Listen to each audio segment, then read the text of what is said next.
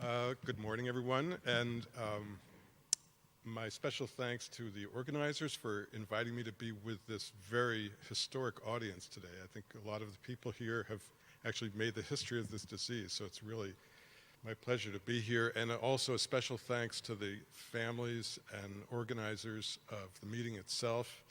I think we're all hoping that the kinds of new ideas and insights we develop can help Stefano and all of the children and tomorrow's children who have these disorders. And I look forward to interacting with you during the meeting. So I'd like to follow that beautiful introduction that Renzo gave of the clinical disorder, the huge spectrum, with perhaps a more deeper insight into the channel itself and the molecule, and that is sort of the focus of today's talks, although you saw many other ion channels are probably just as interesting. But we know a great deal about this molecule now at the biophysical level, maybe even more about the molecule than about the different diseases. But I'm most interested in trying to understand exactly how these different diseases come about, which circuits in the brain are interrupted, and that's what I'd like to focus on today. So before I begin, though, I want to introduce you to something called EROOM's law, and that is Moore's law spelled backwards. And maybe you've heard of Moore's law. It describes the rapid increase in the capacity and speed and cost of putting transistors onto a chip, and it's been a remarkable technical advance. Unfortunately, the opposite is sort of true in our area of finding new drugs for diseases. This is the curve that actually happens when you count the number of FDA-approved new drugs, and it's been going down every 9 years. And there are some reasons for that, and I think it's important for everyone to understand as we go forward, because this is what we're looking for, what some of the obstacles are. On the plus side, on the pro side, in the green box, you can see that actually the ability to understand what target we should be aiming for has been really accelerated by the technical increase in the number of synthesized chemicals that we can direct against this molecule. We can sequence 1 billion times faster, 1,000 times faster to solve the crystal structures, which are important. The high throughput screening reduction has lowered the cost of actually finding these molecules that will hit the target. The ability to use computational drug design and transgenic mouse models will get us there faster than ever. On the other hand, there are some big barriers. Those start with regulatory barriers. There's been less research and development spending by pharma. The performance gradient keeps going up when you realize that today's blockbuster is tomorrow's generic drug, and that any new drug that's approved has to perform better than the one before. That makes an automatic obstacle to outperforming. There are more people that are less interested in getting involved in this gamble, and so rising risk intolerance. But the real serious situation that I think we can do something about scientifically is that the bottom-up science of understanding what our targets are is disappointing. So it turns out that a lot of the drugs we thought should work don't work, and we need to understand why and learn from that. So what I'd like to do is give you a little perspective about the sodium channel mutations in disease and their growth. I think what we saw of a rapid increase in knowing about sodium channels, it began back in the 80s with the cloning of these genes, even from rodent brain. And it took some years, actually, before we understood what kinds of diseases they could likely cause. You might have thought, well, if you lose a sodium channel, you'd be paralyzed. But in fact, what we found is that that might be true in muscle, but in kidney, there's another kind of disorder. In the heart, you get arrhythmias. And finally, in the brain, which was sort of late to be discovered, it turns out epileptic encephalopathies, combined perhaps with cardiac arrhythmias, is in fact the most likely outcome of mutations in these genes. This is sort of a repeat of a slide that you saw from Renzo, but again, it's an abstract from this last year's American Epilepsy Society, again pointing out that the sodium channel is in fact a prototype for the epileptic encephalopathy genes. Interestingly enough, the second category is PRRT2 in this study, which has nothing to do with ion channels at all, has more to do with the release of synaptic neurotransmitters. But this is a clear case for focusing all of our efforts on understanding the sodium channel because of the number of patients we can presumably help. And the questions, of course, is can we bring clinical diagnosis and therapy up to the level of precision that genetics has now offered us to distinguish between different types of epileptic encephalopathies. So here's the pathway that I think James Watson was dreaming of when he supported all of the investment in the Human Genome Project about 20 years ago. He said we will be able to diagnose and offer new treatments to disease if we understand every gene in the genome. And this was the path that we all thought would be very easy to follow. And it started with detecting an amino acid difference in a gene, understanding what that difference did to the current, if it was an ion channel, how did it modify the function of that protein. And then that would lead us to develop a new anti-epileptic drug, and finally using the genetics to identify which patient exactly deserved that drug for that purpose. So there were a lot of things that have happened in the last decade or so that really have accelerated that. One is our ability to isolate and map these variants onto the crystal structure of the protein so that we can even more or less predict what kind of behavior will be interfered with. Of course, that has to be tested. We can model the variants in virtual reality and real channel function, different model cells, to see if, in fact, that mutation does perform what we thought based on our knowledge of the channel itself. And finally, we have a great ability to design specific molecules that would fit into the pocket of the protein as it folds and interfere with its function. So all of those things looked like we should be well on our way to finding perfect drugs for certain patients. Enormous opportunity to actually tailor design drugs based on this paradigm. So the question is, well, why haven't we cured Dravet syndrome and others, if that's true? And the answer is there's still a large lack of biological information about these various steps, these what I would call speed bumps on the way to our goal. Starting with, as you all have recognized, for those of you who use genetic diagnosis in the clinic, the variants of unknown significance. We still don't actually understand how they might end up causing a disease channel. And often the finding that there is more than one of these in an individual patient, and that is the profile and of excitability genes in any given patient may end up determining and be as important as the mutation itself in trying to understand what the best drug would be. We've learned that there are extensive non-pore and downstream functions during development of the channel, so it's not only about the action potential, but there are other aspects, and I'll go into that further. And then what do you do with the person who doesn't have the target, if it's truncated or deleted? What are your options for alternative targets for treatment? And finally, perhaps the most puzzling of all is how one channel can create more than one disorder and different clinical presentations, and can we really understand which circuits are involved in those more complicated phenotypes. So major gaps still in our understanding of exactly how do variants cause the disease.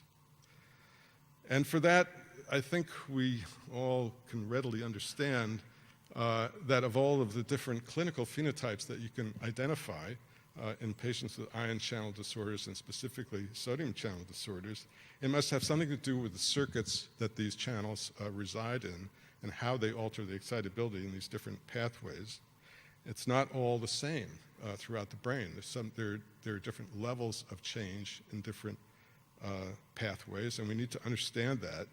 And I'll talk about that. But one of the main reasons is that the impact of this sodium channel, defective sodium channel, is specific to the cell that it resides in for a couple of reasons. One is that cells splice these proteins differently in different cells. Even though it's coming from the same gene, they modify it specifically for the cell type that it's in. Each cell also has other members of that channel family in it, which can either compensate for the loss, or if they're absent, not compensate for the loss. So the impact of the mutation in that cell is different from the one next to it. And finally, some cells are more plastic than others and can actually compensate in interesting ways for the loss of excitability. So these are some of the reasons of why we would end up with different excitability profiles in different pathways. What that means for the basic scientists is that we have to explore each of these circuits. Unfortunately, we have very powerful tools to do that, to really understand how defective sodium channels alter the function in that specific pathway.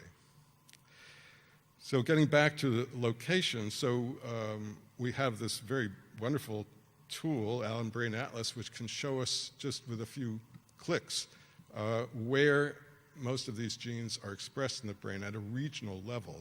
And as you can see, the different alpha subunits have quite different patterns in the brain.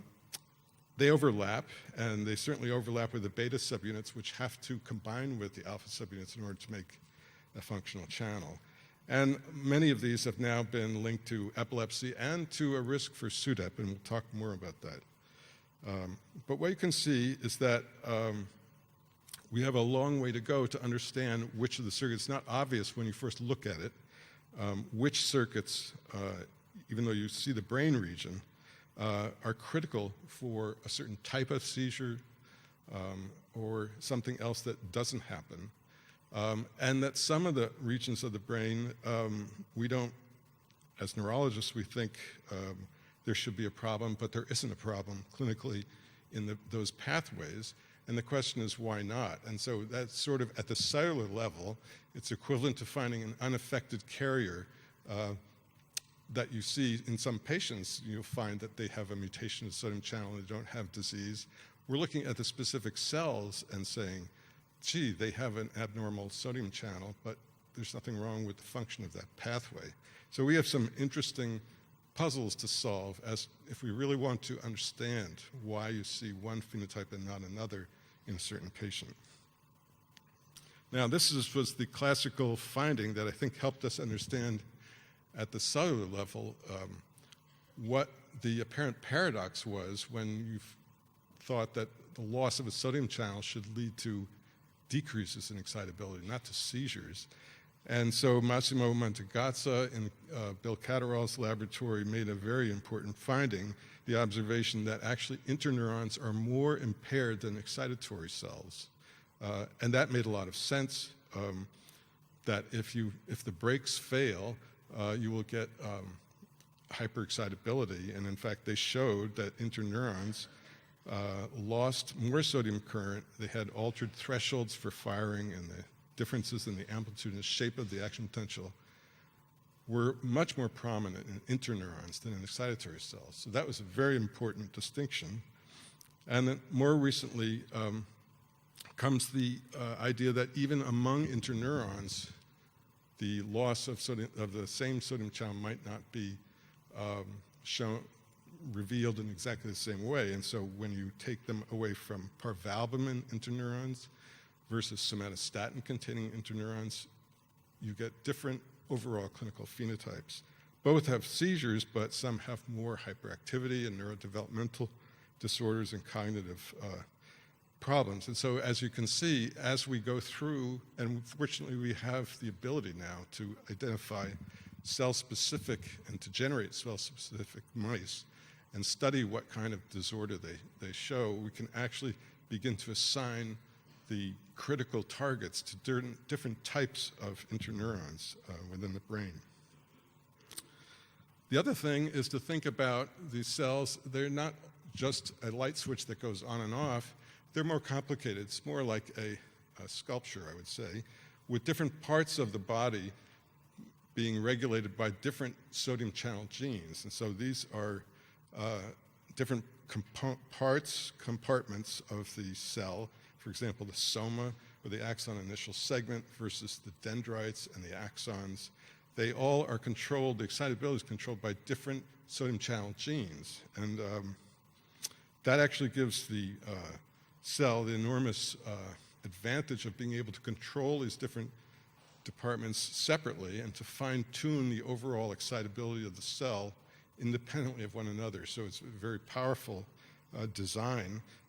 And so each gene actually regulates the location and the density and the kinetics of the pore. And so a lot of fine-tuning goes on there, but it means that we also have the ability for some channels to take over for others or not during development.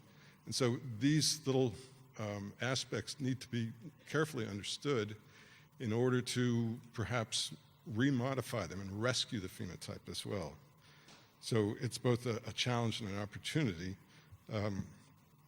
to understand in each cell, in each part of the brain, what methods we have to correct the lesion.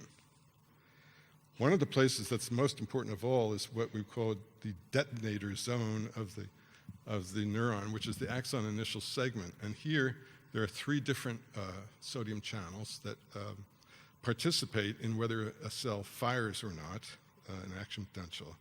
And it turns out that NAV 1.1 is present, but to a much lesser degree than 1.6, SCN8A, which has the greatest control, I think, over the threshold for firing for these cells.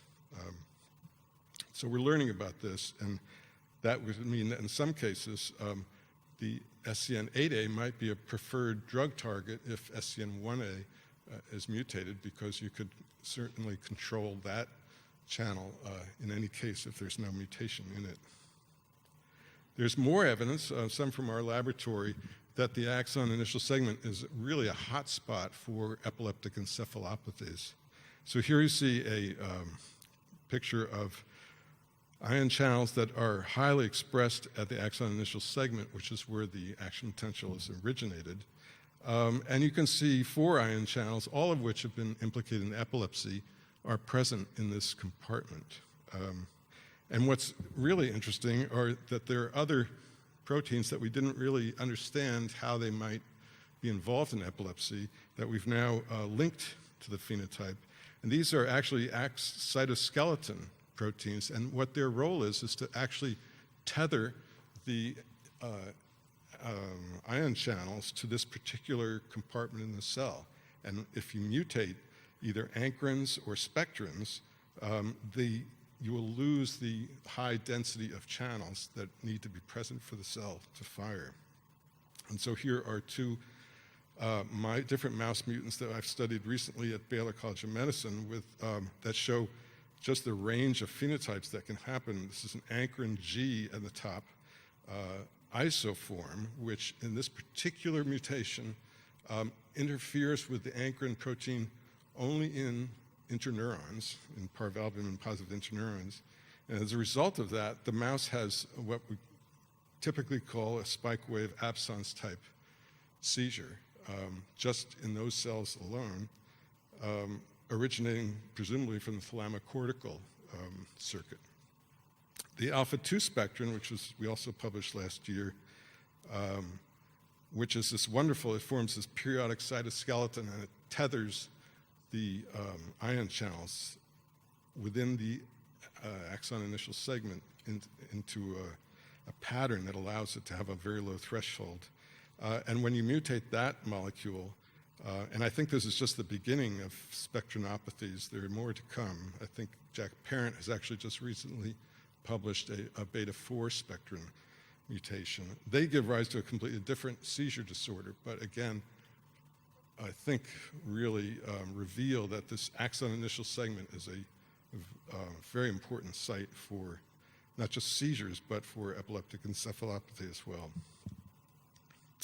The other important thing, and I think perhaps one of the most important for this audience, is to understand that not only are interneurons impaired, but it matters at what point in development this mutation has its largest effect. So this was a study done by Sasha and Nelson some years ago, where they looked at specifically at parvalbumin interneurons in the cortex as the brain developed from P7 through P25, and saw that the membrane firing properties differed as the brain got older.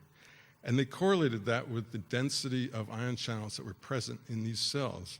And what they found is that some of these channels, if you look on the right side, the density starts out low and goes higher for most of the ion channels as the brain develops. But in some cases, it starts out high and then goes lower. So the cell is actually switching from relying on one ion channel to another, which means that it might matter a lot, not only to when you see a phenotype, at what age the disorder begins, but also what it can do to other developing brain processes that are occurring at that same time.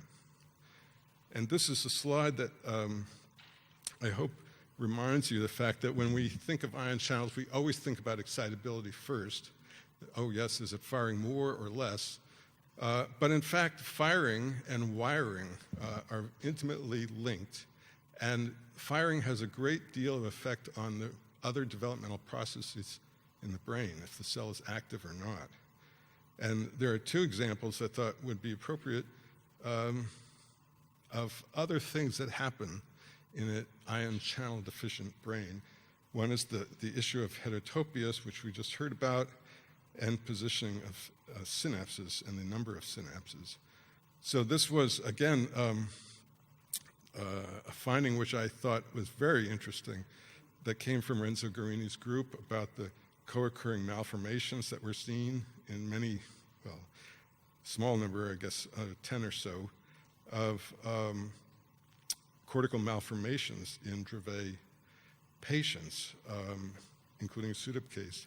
We found something very similar. We haven't published it yet, but finding of cortical dysplasia and signal changes in a Dravet patient. Elisa Goldman, who has been working on SUDEP cases, revealed this. And I think it's something that we really need to understand. Why would an ion channel mutation lead to this type of abnormality? And so I looked and found that actually there's some evidence that sodium channels can in fact regulate cell growth and even migration in vivo from the cancer field.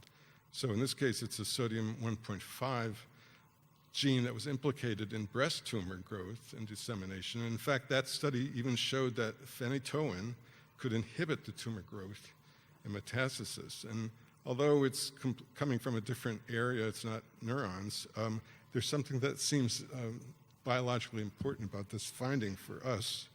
And what I thought is that perhaps as one suggestion, that sodium channel mutations might combine with a somatic cancer mutation that might be present in a Dravet brain just by coincidence, and the sodium channel would enhance the growth or the effect of that mutation, which might not otherwise be revealed.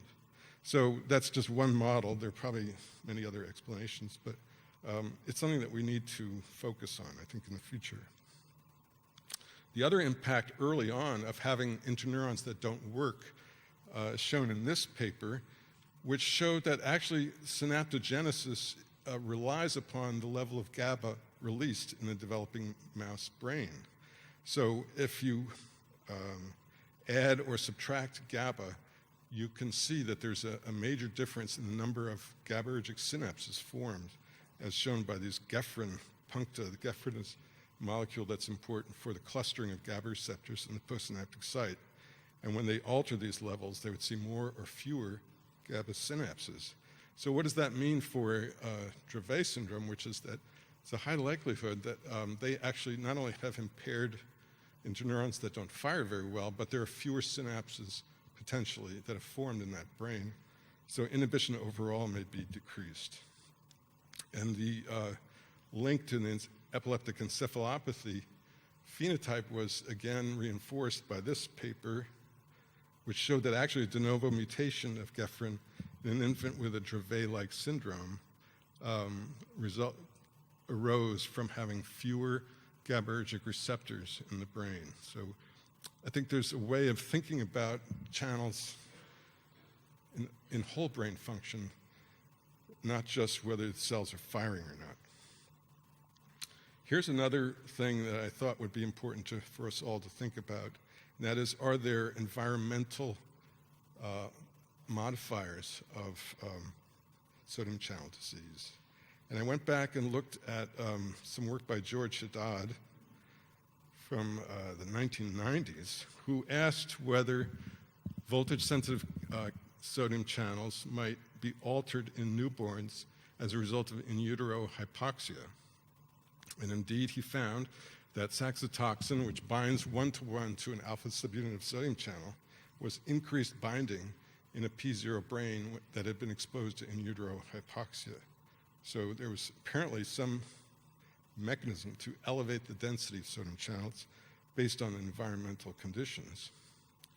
They went on and looked at postnatal hypoxia, did some other experiments, put the mice on different schedules of intermittent hypoxia for a few minutes every hour for several hours during the day, and then room air at night. And they found that at 2 weeks, you could have a clear decrease in saxitoxin binding, whereas 4 weeks later, at the 4-week period, you see increases. So it was very sensitive. The number of channels, whether they're mutant or normal, were very sensitive to in utero hypoxia and hypoxemia. Furthermore, they studied and found that these channels resulted in real changes in the excitability of the circuits. And you can see a prolonged depolarization in a mouse that had been deprived of oxygen from between 2 and 4 weeks. So a question in our minds is, can early environmental history alter the phenotype of the sodium channel disease patient? And that, I think, gives us maybe a new way of thinking overall about finding targeted therapies, and that is that typically we think of a gene defect giving rise to the phenotype of epilepsy. We search for anti-epileptic drugs at that point, but what we should really be doing is thinking about the processes of brain development that might be affected, think about other kinds of drugs that might modify these properties and restore the balance of excitation and inhibition, and start thinking and moving the arrow earlier and earlier, if we can, if it's clinically possible, to target things that we know will be occurring and be interfered with despite the sodium channel mutation and because of it. And we should be treating really the whole brain and trying to attack many of the other phenotypes besides just managing seizures.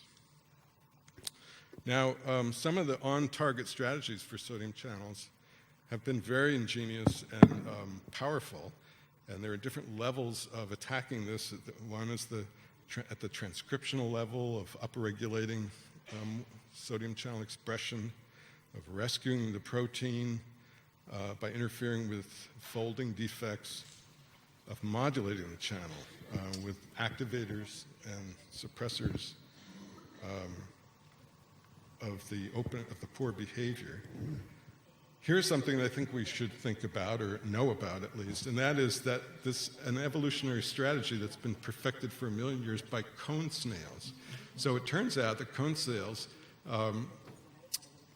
survive by killing fish who are near them. They sense the fish coming and they inject it with toxins. And that toxins, there are over 700 different cone snails, but the toxin that they inject has maybe 100 different peptides in it.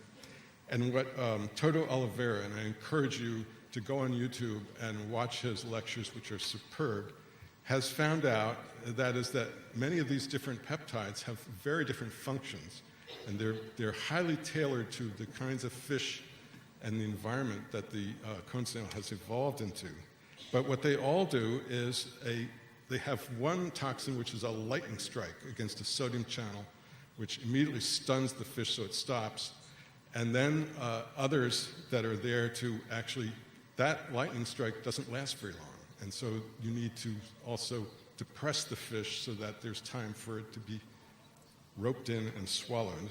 And all of these different peptides, they've isolated and injected into fish, and they come up with different phenotypes for each one of these peptides: kicking, scratching, paralysis, depression of hyperactivity, convulsions. The point is that they would time, that these were all timed to ensure success.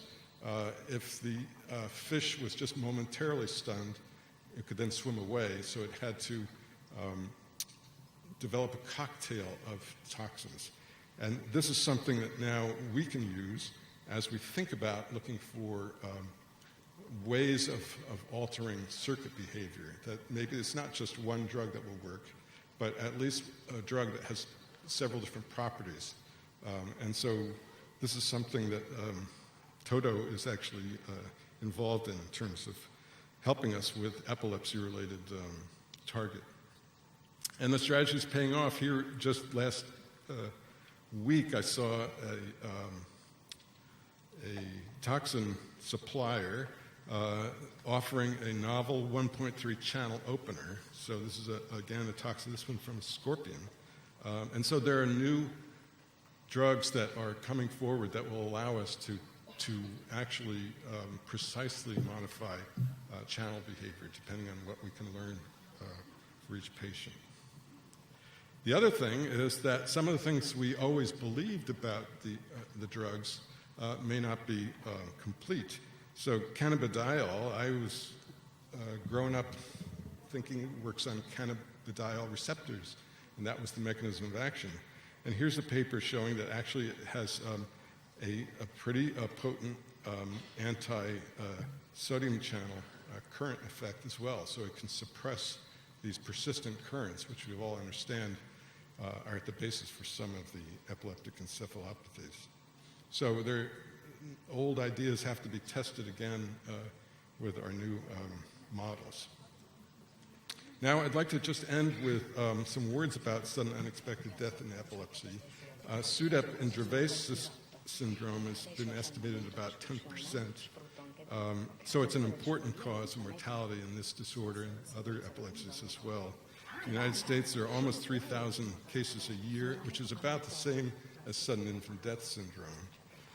In most cases, as you're all aware, it occurs during sleep and is unwitnessed, but in witnessed cases from the Mortimer study, all of the deaths occur in a similar way, and that is a postictal CNS shutdown, where there's bradycardia, apnea, and death. That was found in all 10 cases. So I am now a member of a very active group of basic science and clinical laboratories investigating this phenomenon. And what we do is first try to capture patients with autonomic instability during their seizures, as well as actual SUDEP cases, and get their DNA and start to examine that. Jack Perrin is looking at some stem cells from some of these cases, and some other labs, including ours, are making mice based on the genetic findings to see if they, in fact, do have seizures and premature lethality, and doing a lot of other kinds of basic science to understand what genes can do and how to predict their effect on survival, and build, hopefully, a risk calculator for SUDEP that will allow us to look at somebody and say, yes, you do have a risk, or no, you really shouldn't, where there's no evidence that your genetic profile increases the likelihood of SUDEP or not. We'd like to get to that stage. And we're generating all of our data based on a central hypothesis, which is that there are single genes that are linked to SUDEP risk. And those happen to be, at the moment at least, ion channels that cause epilepsy when they're expressed in the brain, and arrhythmias when they're expressed in the heart. And we feel they also will be active in central respiratory pathways in the medulla as well. And so we're looking for the genes and the ion channels that are present in all three of those places. Well, what about SCN1A? It's actually in all of those places. So in the forebrain, there's a nice expression, not everywhere, but certainly in cortex and hippocampus, in areas that can cause seizures. In the dorsal medulla, they populate cells that are part of the cardiorespiratory pacemaking machinery. They're present in the sinoatrial node, as well as myocytes in the heart as well. So it's everywhere it should be to actually potentially cause a problem and decrease function after a seizure. And this paper just came out this month from George Richardson's laboratory, who was one of the members of our SUDEP Center. And they studied a Dravet patient, a 9-year-old patient, who demonstrated that something that perhaps others have already noticed clinically, and that is a prolonged post-ictal recovery to the normal breathing pattern. There's apnea, ataxic breathing, and hypoxemia after seizures in this particular patient. And they studied a mouse model which showed the same thing, and they discovered that when bradycardia and apnea coincided after a seizure, the mice always died. And when it didn't coincide, the mice always lived. So the bradycardia and apnea certainly played a role in the survival in this model, this sodium channel model. And that really highlights what I always consider to be a major dilemma in understanding a gene risk for SUDEP, and that is, if you have a mutation in your SCN1A gene, why isn't your first seizure also your last? I mean, if the circuits are so abnormal, then the first seizure should probably cause mortality, and yet many patients with carrying these mutations live for many years and have many seizures before the final one. So does that mean there's a second contributing mechanism that could add this extra second hit to the hypothesis to explain why one day you don't wake up?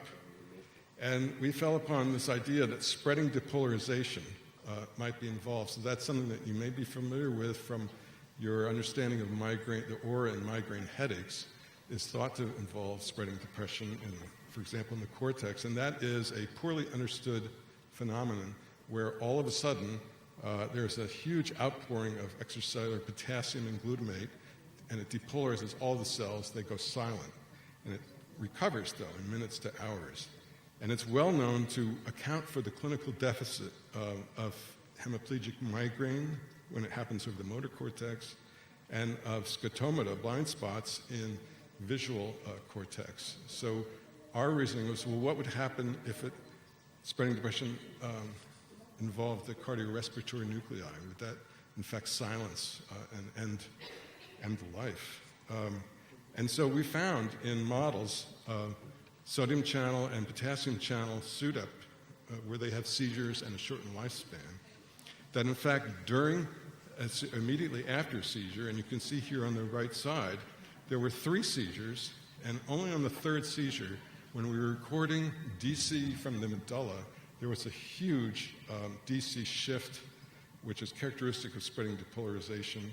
And at that point, the apnea and bradycardia started and the mouse died. In fact, when we did this in the potassium channel mouse, 11 of the 18 mice we studied had spreading depression, and all 11 died. And when we did the same experiment in wild type, none of them had spreading depression and none died. So there was a clear relationship. And in slices, in brainstem slices, you can study this phenomenon. And you're looking at it now. This is what death looks like in a brainstem slice. You can see the invasion of depolarization occurring right around the nucleus tractus solitarius, which is the epicenter of the cardiorespiratory control mechanism. And so you turn off the oxygen in the slice chamber, and within a few minutes, this will begin.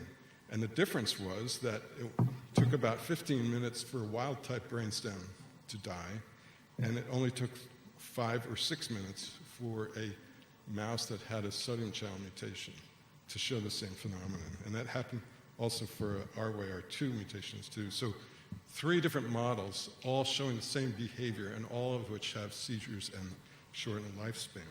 So we think this is a real important mechanism to target, and for future anti-epileptic therapy to see if they might have some protective effects on this phenomenon. So I'll just end with the last slide, which adds one other location of sodium channels. That's to bone, and it's SN8A, and a paper I just came across showing that actually osteoclasts express sodium ion channels too. I never knew that. But a patient with epileptic encephalopathy and SCNA-related mutation had multiple fractures, and so, as did the mouse model. And I think this is just a beautiful illustration that where the channel is a certain clue to where phenotypes might be expressed. So location is everything. And I'm sure Miriam Meisler will tell us more about these issues, but it just tells us that we haven't finished understanding exactly how channels create disease, and there's a lot more to learn. So I'll summarize just by saying that I want you to remember that sodium channels are not just switches that turn on and off. These mutations create complex developmental trajectories that end up causing different phenotypes. Both the mutated gene and those cascade of those changes could be suitable targets for treatment and for intervention, that we have a lot of new tools and databases and models to connect each step from the channel all the way to the patient, and that, again, the growing awareness, I think, of all of this effort, all these efforts, really offers us hope to deliver on the promise that we implicitly make to the families with these disorders. So thank all the people in my laboratory and my group and all the people who fund our research. Thank you very much.